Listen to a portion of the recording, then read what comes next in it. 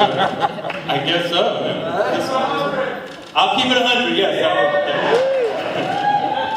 I want to ask you a question, but you get to ask everybody a question. One of the That's odd. He's going to ask him a question. But I've watched in '92 when Bill Clinton did up on the Open Movies who were in Arsenio Hall. Yeah. That was like earth-shattering. Yeah. And the role of comics has become really, really increased over the years. And you have a very important perch that you sit on the entire thing and you write up correspondence in. I mean, you become very...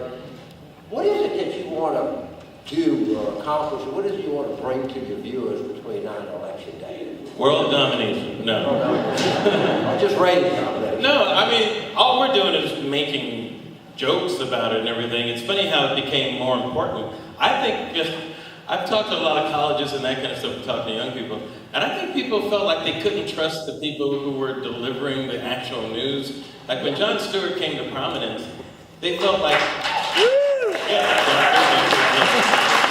they felt like they weren't sure like what CNN was telling them, they weren't sure what Fox was really telling them, you know. They felt like both sides had an agenda, MSNBC, but they felt like Jon Stewart was at least going to keep it real with them, you know. He was going to tell them the truth, and he was going to be funny, and it was entertaining. So I think a lot of people started turning to Jon just for some clarity, especially during the 2000 election. That's when The Daily Show really took off during all that chat and all that crap. But here you are, I mean, if I was a guy like you in a comic, I've been in politics for a long time, and people always come up to me and say, have you ever seen anything like this? And I said, no. But being a comic and just having this cycle, and particularly the great orange one thrown into your lap, I would go like, how can I be this lucky? Bad for America, good for me, unfortunately. Yeah. I mean, you know, that's the thing about train wrecks. It's good for people that repair trains, you know. Unfortunately, but I've never seen anything like Trump. I mean, you've almost run out of words to describe him. When his own party turns against him and everything, I've never seen that. He's the nominee and they don't like them, James. I mean, as long as you've been in politics, you really have never seen I've never, you know, Larry, if you think about it, the Republican Party's been around for 162 years. Yeah. It was always been sort of admirable that it was always very orderly, and it was this whole thing that Democrats fall in love, Republicans fall in line, and there was always some truth to it. And like you're sitting here like watching a dream your kid that the plane is going down, and you go, oh shit, it crashed. And you almost watch it, they're not going to do this, and then boy, I'm a pastor, it's just flaming thing. Yeah, I kind of coined this election as between Trump and Hillary is between alien and predator. That's what I said. To me, the Clinton campaign is a perfect killing machine. You know, it'll destroy anything it's found. And Trump is like alien. He gestated in the belly of the Republican Party. You know, they didn't know what was going on. And like John Hurt, you know, the movie, they're just eating their soup one day. Burst out of the stomach, running across the counter. What is that? You created that. That's what that is.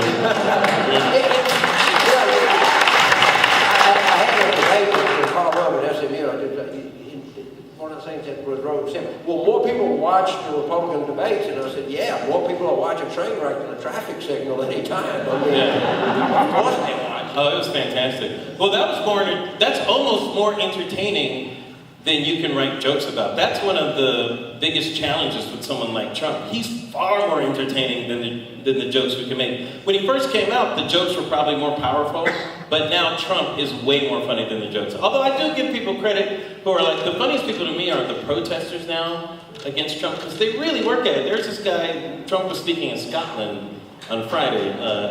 He got lucky, he got to speak on Brexit while he was over there. Right? Like he thought it was a scone or something. He had no idea what it was. And so there's this guy who shows up, and he's at like one of his golf courses, I think it was Turnberry. And this guy shows up with golf balls with swastikas on it, right? Okay, now this isn't somebody just showing up saying, hey, screw you.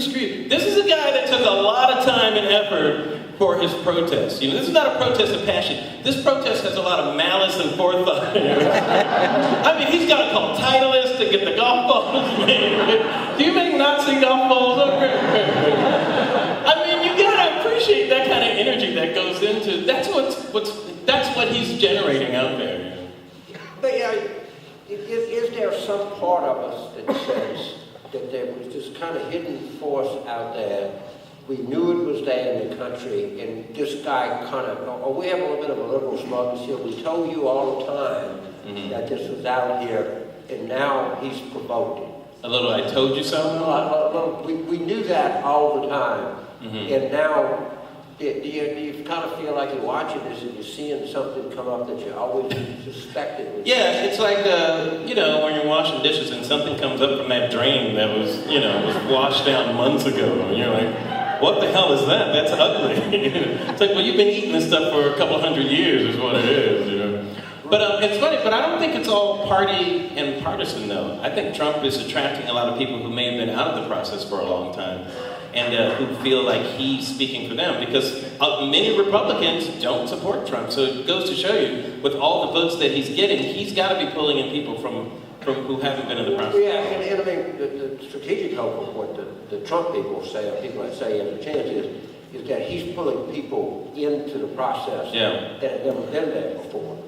The base of his support, basically, by and large, are non-college whites, which, as we know, is the only demographic in the United States whose life expectancy is declining, and by more than a little bit.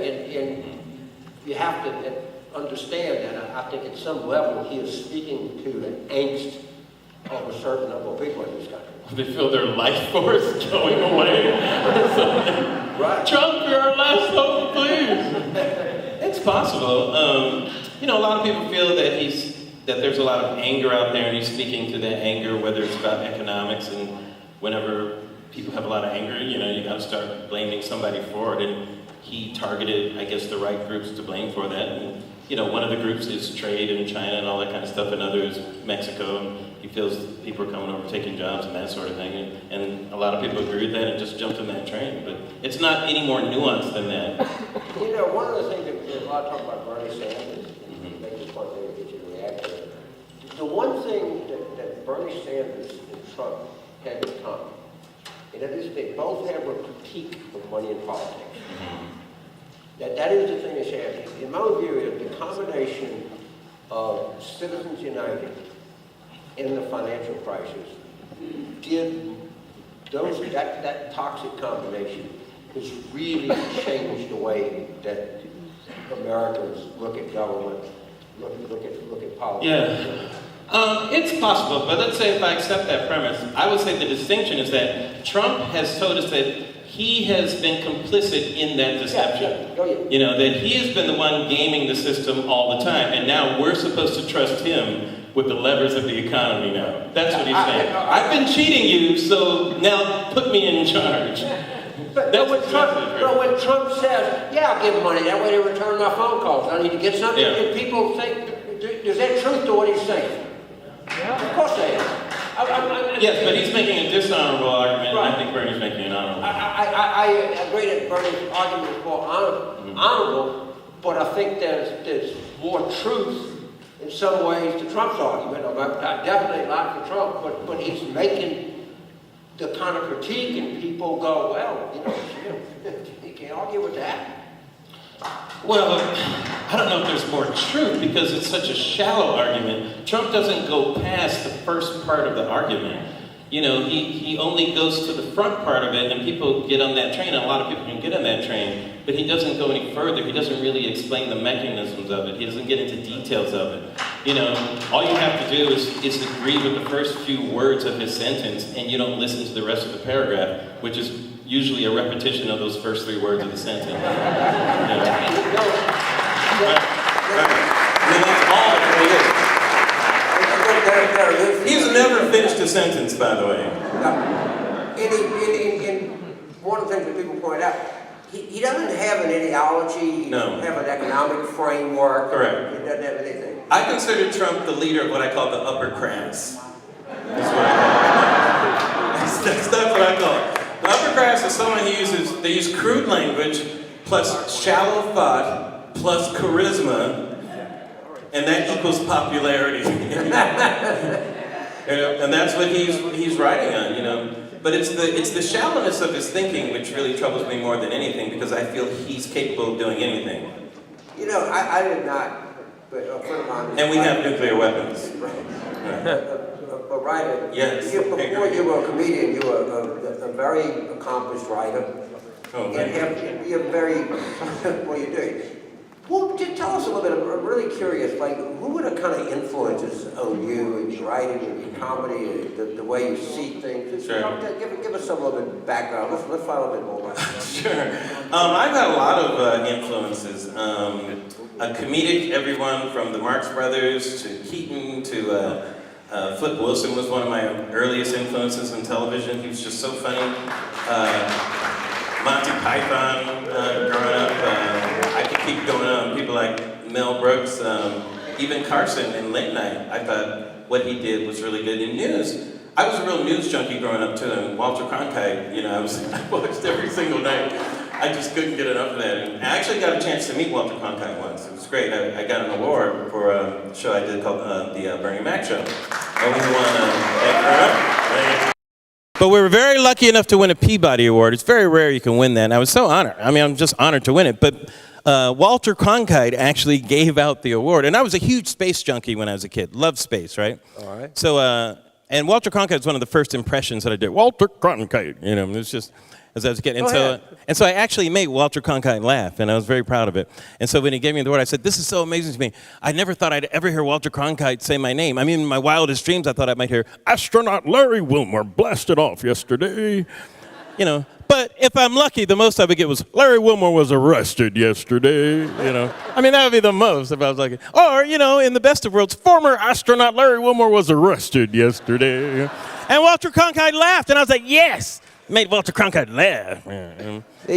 Lyndon Johnson famously said that when Cronkite turned on the Vietnam, he says, "I've lost Cronkite, I've lost the country." Exactly. Yeah. But this is something that, when Walter Cronkite, as Chet Huntley, David Brinkley, these people had real influence. Yes. But now it's totally dispersed. Correct.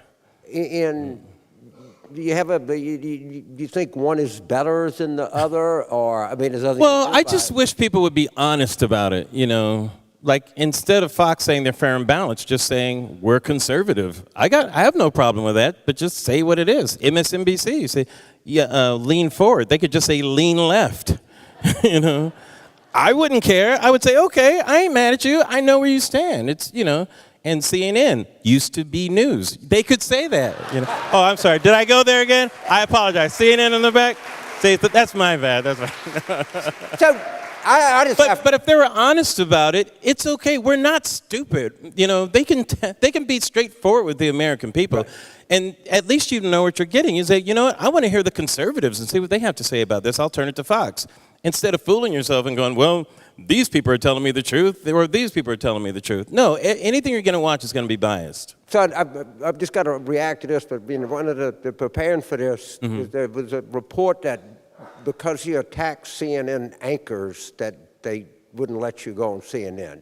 Oh, that they banned me? Yeah. What are you going to do, man? Oh, come on. Yeah, they can't be that thin-skinned. Yeah, when you live in a white world, James, a lot of stuff is a lot of stuff is a shock, man. I don't know what to tell you. I got roasted by Bob Saget Thursday night. What do you think Bob Saget had to say about me? I heard about that. It was not nice. Yeah. It was not nice. But was he wrong? But was he wrong, James? But what is it? I don't care. By the way, I don't care about that kind of thing. I really don't. But all right, look at no one had any problem attacking you after I had a correspondence with them. What is it? By the way, James, I viewed that as a roast. Of course, well, I didn't view it as me attacking anyone or attacking the press or that kind of thing. I felt my job was to roast people, was to tell them the truth in a joke. But what? I agree. Right. Not to be their friends or whatever. Why do they think that they're so self-important that they can't be roasted or criticized. I mean, what part of power is not subject to criticism or comedy or anything else? I think it goes back to the emperor is naked. No one wanted to tell the emperor that. Anytime you're in power, no one wants to tell you that you're naked, you know? And there's a lot of people walking without clothes these days and need to be told that sometimes, you know? You know, and you know, that's all you can do. Like, from my point of view, I just wanted to have fun and do that. And if people are upset about it, I don't know, maybe I did my job, I don't know. Yeah, I mean, they want to bring, you know, smart, funny, edgy people in there, and then when people stand up and they're smart, funny, and edgy, then they all act they're horrified. By the way, it's not everybody. Many of the journalists had a great sense of humor about it. You know, it's not like everyone was upset. You know, a lot. I mean, Don Lemon flipped me off during it afterwards. He said that was great. I said, "Motherfucker, you flipped me off. What are you talking about?" But he was very nice, you know, about it. And you know, some of the other people. It's just, you know, there's people like that. You can go anywhere and find people that are going to be like that, though. But I mean, the point is, a lot of people thought you were really good, but you got a lot of criticism too. Sure, that's fine. But some people, I mean, people are like, you know, they said one line about me was he looked like he was sired out of a love scene in the film Deliverance. You know. Oh my God. Once again, are they wrong, James? Right. Once again, I'm just saying. We're keeping it 100. That was horrible. I apologize for that, too. Well, see, you're not upset. See, look at that. I mean, do you think I'm going to like get, you know, all the stuff they during the impeachment and the things that they said? Right. But what I really don't, and I'm just you, and you're not a powerful guy, so you're like, but what is it about some people, not all, that attain a level of influence and power that believe that they shouldn't be criticized or mocked or made fun of? That if you're smart enough to get there, then you're smart enough to know what comes with it. Yeah, I think more court jesters were probably executed than they than they ended up living long. I mean, who knows? It's not easy for anybody to take criticism, but I think the more shielded you are, the more you're in a bubble, the more you're protected, you know, by people around you who say yes all the time, the harder it is to hear no, or those types of things. I think it really is human nature, and as simple as that. You know. Yeah, I have to ask you this. And sure. 81% of Trump supporters believe that prejudice against white people is a bigger problem than prejudice against... and I'm a white guy, okay? I grew up in the South, all right? Right. I understand. But what is it about... Maybe you can help me understand somebody's mindset, and a lot of people think that. Somebody's mindset that thinks that, or somebody like you that reads that. What do you have to say to that? Because I find it... James, you're a white guy who grew up in the South. You should be telling me. I know. I gotta tell you come on. that I had a pretty good gig. Yeah. You know? No, you guys had a fucking awesome gig. Yeah. For a long time. Absolutely. Just, you know, I was born on third base and didn't even hit a triple. Well, look, most of the Trump stuff is cognitive dissonance, you know, all the time. I don't know why people think that. I mean, they're following a guy who thinks the president is a secret Muslim, you know. I mean, like, how are you going to sneak praying to Allah 5 times a day? I don't even know how that works, you know. Oop, drop my contact. No, I got it. How do you do that, right? Mr. President, you dropped your briefing papers again. I got it, guys. I got it. Assalamu alaikum. I guess he'd do it like that, is what I'm saying. You know what I do when I out speaking and I get, you know, so I get a lot of people coming and say, well, Obama's, you know. I said, you know, first of all, let's just say one thing. Let's agree on this. Okay. The Obamas are model parents. And they just kind of hang their heads. So now we can agree on that, okay? Yes. Now, maybe you disagree with it. No, I think they are. But they are the best parents that, I mean, literally. Sure. And I just find that really disarms the really vehement critics. If you just come back and just say that and then say, now, you were saying about socialized medicine. Okay, well, I'll give you this other view. What is your what is it, and I know this is a broad question and not an easy one, but why not? All right. What is the one thing, in your close, astute observer, what is the one thing about politics in the United States that you wish would change, that you think could change as opposed to? I wish we would break up this two-party political system. I think it's one of the worst things. It is the thing that has caused gerrymandering, which is a byproduct of it, and so you keep getting the same people in the office who are entrenched on extreme sides of their parties, because that's how they keep getting elected. If we could have 3, 4, maybe 5 parties, I don't know, mix it up a little bit, share the governing between people with disparate ideas, I think there could be a real good movement for actually 2 different types of centrist parties, a center-right and a center-left party that could have some really good political clout if people really joined forces on it. But I think people are tired of nothing getting done. And a lot of the, yes. And it is because people are so entrenched. When your ideology is not to pass certain legislation, but it's to make sure someone doesn't get elected, you can go fuck yourself as far as I'm concerned. You don't belong in office. You don't belong in office. You know what? When it comes time for the election, that's when you should be electioneering, to make up a word, you know. But when you're governing, govern. Get something done. What happened to being collegial and working with the other side? You know, you can say your rhetoric or whatever, but get something done. That's what you're there for. So I think let's break it up. Let's have several political parties. I think that would be good. I teach young. Yeah, and then there'd be places for people like Bernie Sanders, you know, people who don't quite fit neatly in the political parties. I don't even know if Hillary Clinton would be a Democrat. Oh, she's a Democrat. No, trust me. Say she's a Democrat. Mm-hmm. Yeah, my own view is I think that our arguments have become apocalyptic. Mm-hmm. And that there is no, and I tell my students this all the time, there's no public policy that is 100% good.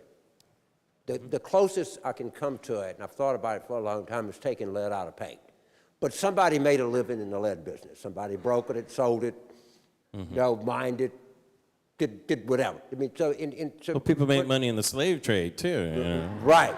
Yeah. So the economics people, of it should not be the only concern. And the research now is it was an unbelievably profitable enterprise. Of course it was. Yeah. And yes, it was. And the people say, well, you may be, but everything.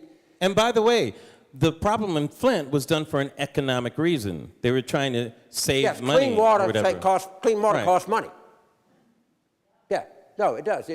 But some things are as close to 100 to nothing. But you know, when every argument tends to be made, if not now, when, if not who, us, we stand on the precipice. The choice is prosperity or death. Which side are you up? Yes, okay, I know. I don't know. That's a hard choice. Yeah, I know. Take a second, you know. All right, prosperity, I guess. I'm going to twist my arm on it. So you think that we need more choices in American politics? Completely. I mean, look at the Republican Party, how much they have to contort themselves and twist themselves into these red meat politics during their primaries. It is hilarious. As a comedian, it's enjoyable. As an American citizen, it is not. When you see people who might otherwise be reasonable have to take these positions, and, you know, it happens on both sides, too. It's insane, you know. But why, and everybody feels this way, why is it getting worse? Mm-hmm. Why do we feel like it's moving away from us? Did we do something? Did they do something? Did something happen in the world? What is driving this? Which part? The fact that it seems like people talk at each other, not to each other. There's a lack of collegiality in politics. There are apocalyptic arguments being made. Why now? Well, people started, at least in this last, let's say, 25-year cycle, and I'm sure it's happened before. I always say, look, let's not act like politics just got corrupt. Caesar was stabbed on the Senate floor, right? So it's been corrupt for a long time, right? But it does, I think it goes in cycles where it checks and rechecks. But certainly in the last, let's say, post-Bork cycle, it seems to me that politics has gotten more into the politics of destruction of character, you know, and of people rather than of ideas and policy. I'll never forget when Bill Clinton was elected and hearing on the radio. This is when Rush Limbaugh was just in his infancy and starting to get really listened to. And I listened to everything. I try to spread the dial and that type of thing. And I remember him making horrible jokes about Hillary Clinton, and the way that she was treated in those. I'll never forget in those first few months. I mean, horrible jokes, nasty jokes, not even funny. I mean, just I can't even repeat some of the things. And I thought, this is terrible. And the way that the Clintons were treated during that period, not that they were saints or anything, but I thought the way that they were treated was completely different than I had seen before. Because even the Reagan jokes I thought were kind of, jovial jokes. The jokes against Carter, same thing. They never seem personal, really, in that sense. They seem personal with the Clintons. Can I take a point of personal privilege? I mean, you were there. I was out there. Right. They tried to overturn a goddamn election on a matter of consensual sex. That's what they tried to do. And you know who they were that were appalled? Bob Livingston, Henry Hyde, Newt Gingrich, Dan Burton, Denny Hassett, Ken Starr. Ken Starr was outraged at an act of consensual sex. Yet when he was president of Baylor and they were having rapists recruiting for the football team that could help them win, he looked the other way. Don't get me started on these people. That's keeping it 100 right there. Yeah, that's keeping it 100. And there's an old absolutely right. Chinese proverb that if you sit by the river long enough, you're going to watch the dead corpses if your enemies float by. They're gone. I love how his face changes when he gets involved, when he gets engaged. Yeah, you got me. I just can't. We got a few minutes and we'll break protocol here. We'll take a couple of questions from the audience, but if you're going to give a speech, I'm going to cut you off. We're not really a democracy, right? We're a representative democracy, and I think there's value in that. We just have to probably vote for the right representatives. I mean, look, England's going through that right now. There was no reason why Cameron had to make that vote a referendum. He was facing pressure from his own people, the conservatives, and it's like, be careful when you let the people vote on something. Like if Obama just let the Americans vote on whether or not he was a secret Muslim. No, Obama, don't. Don't let America vote on that, Or said, hey, let's let America vote whether we should have a wall to keep out. I'm like, no, don't let America vote for that. No, we'll vote for people who will make the decision. So I hear what you're saying. It feels like that. I believe that direct voting really is at its most powerful on the local level. And you probably agree with that, where a lot of changes can happen at the local level and branch out and branch out and branch out, But at the federal level, it's hard enough to get anything done, but, God help us, direct voting if we did it right now. I wouldn't even know what to think of that. Yeah. But, you never know. We could be wrong. I think that their system is you lose. Yeah. The parliament, you're out that night. They don't have a transition period. The new prime minister sleeps at number 10 Downing Street that very night. Right. And they have sort of party, and if they wanted to go, somebody wanted to, the time to do it as an election, at the sort of heat of the moment, you make a decision like that and just kind of thing it out. But I think Cameron is justifiably getting slaughtered in this thing. Mm-hmm. And I think there's good reasons for it. Anybody, a quick question? By yes, his own sir, party. Please.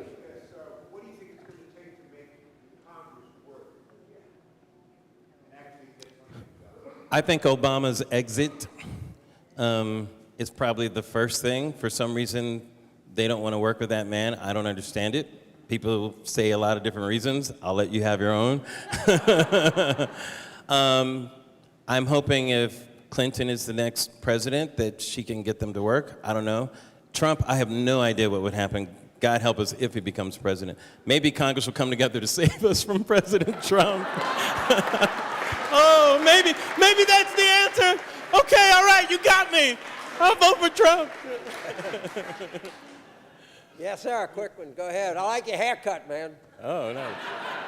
Very good. Stand up so people can see you. This is your moment. You're going to be famous. Goddamn. If Hillary's elected, you say? Mm-hmm.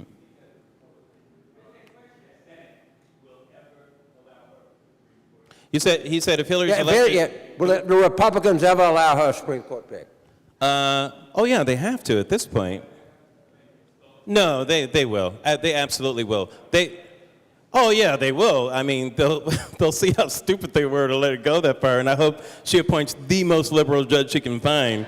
If she does at that point, that would be awesome. I actually think that if it's like 3 days, a week before the election, and I suspect it's true that they think she's going to win, they'll just come in and nominate and just vote to confirm the guy. Boom. Oh, Merrick Garland? Yes. I think that's a real possibility that they're going to get a lot of pressure, unless the president will have to pull his name down like quick. I think that's a real possibility, and I think a lot of them are saying this. I have this is Mike Murphy brought this up. There's a thing called predicted in 8 cents to win $1, and I have $800 that Trump is not the Republican nominee. I think you're going to lose that money. But again, I win 800 to win 10,000. Right. Larry, I want to. We get in the hook. I really appreciate the chance to sit up here and talk to you in a conversational way and something different and allow the audience to have a little bit of this. Let's give it up, man. This guy's a really great guy. Thanks, James. Thank you, my friend. Thank you so much. Thank you. Good luck to us all. Right?